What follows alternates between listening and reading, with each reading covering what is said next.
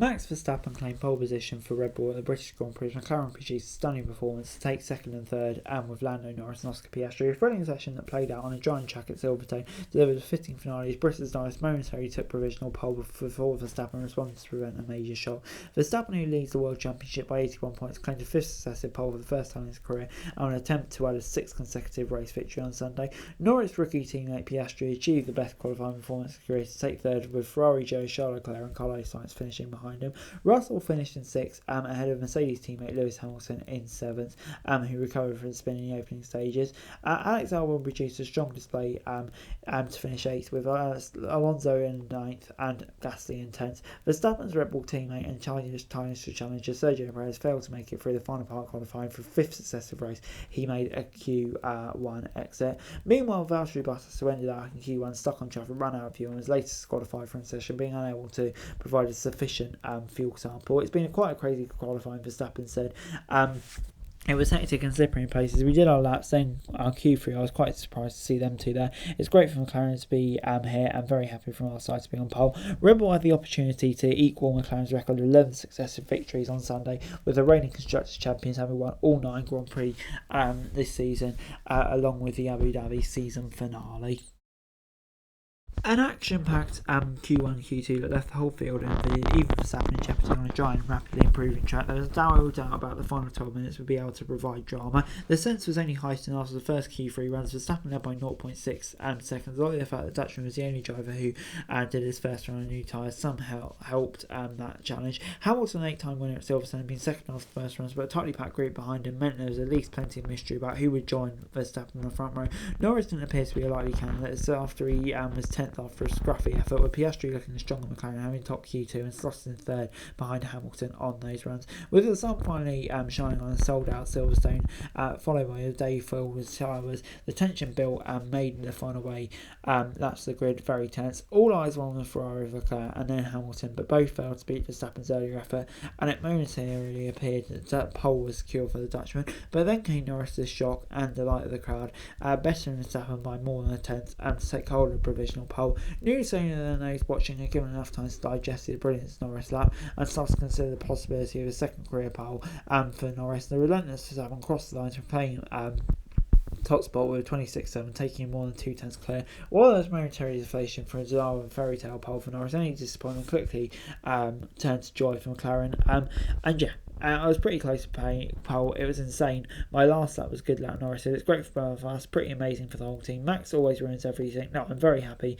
It's been a special day for us. It takes everything, all the hard work we've been putting in, especially here with the new livery, home race for myself and the team.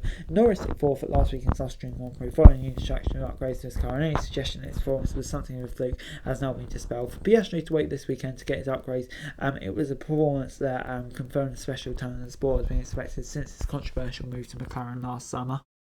While the session ended in sunshine and on a completely dry track, it began in gloom and doom and with the rain in the air. There was uncertainty over whether slicks or intermediates were the right tyres to start on, with both Ferraris among several cars that began the latter before switching after one exploratory lap. Hamilton was on slicks, except a very near miss as he spun on stone on his first flying lap, going into the gravel before using all his experience to get the car back under control. The 7-time world champion regained composure to move out of the bottom 5 before the rain started to get heavier, with it appearing likely at that point and no further improvement of time to be possible. However, there was a twist as Magnussen stopped on track with an oil pressure issue, bringing a red flag that paused the session with just over 3 minutes remaining. In the 11 minutes it took to clear the Haas and resume their session, the rain stopped and the track dried, setting up a frantic 1-lap shootout to finish. While the track had direct, it was still gracy enough that Verstappen somehow bizarrely lost control of his RB19 on the way out of the garage, striking the pit wall and breaking front wing in the process. Perez, who was in danger in 14th at the resumption to get the front the pit lane was well clear.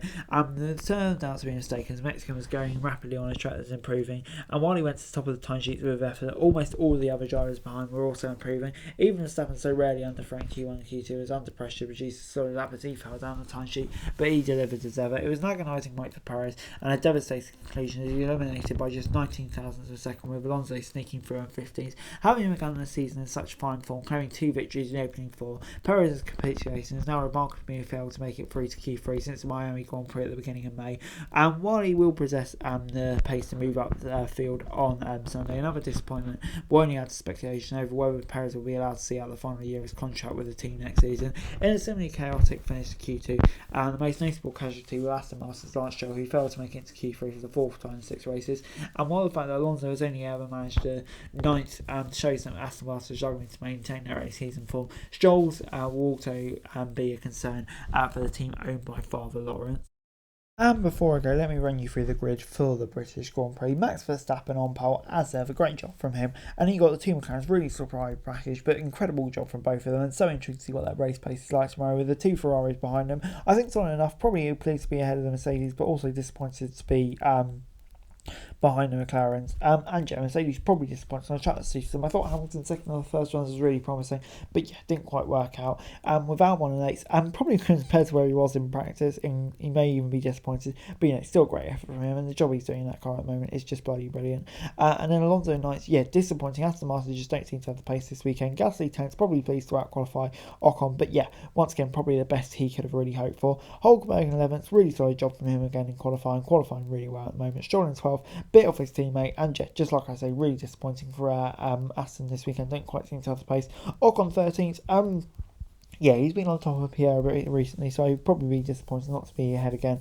But you know, still could get in the points from there. Sargent 14th, close to 12, which is positive as well, making out Q1. So positives there, but yeah, still a bit of a way off. Perez in 15th, what can you say? Just so disappointing. He really needs to sort out his qualifying form because, yeah, serious questions will start being asked. Tsunoda 16th, De Vries 18th, just once again, no pace for AlphaTauri, unfortunately. Yeah, disappointing stuff. Then you got Zhou in 17th, and Bottas 20th. Obviously, Bottas was disqualified, but yeah, just no pace for them. Magnussen again, miles off Hulkenberg, but yeah, AlphaTauri, Alfa Romeo, 2 Alphas. Yeah, pace in those cars at the moment just really isn't strong enough, and yeah, it's disappointing to see. You'd have to say, really. But anyway, guys, that's it for you. Thanks so much for watching. Like, share, subscribe. That's all over there. You have fun to subscribe to my channel. It's going to be greatly appreciated. Thanks so much for watching. Peace out.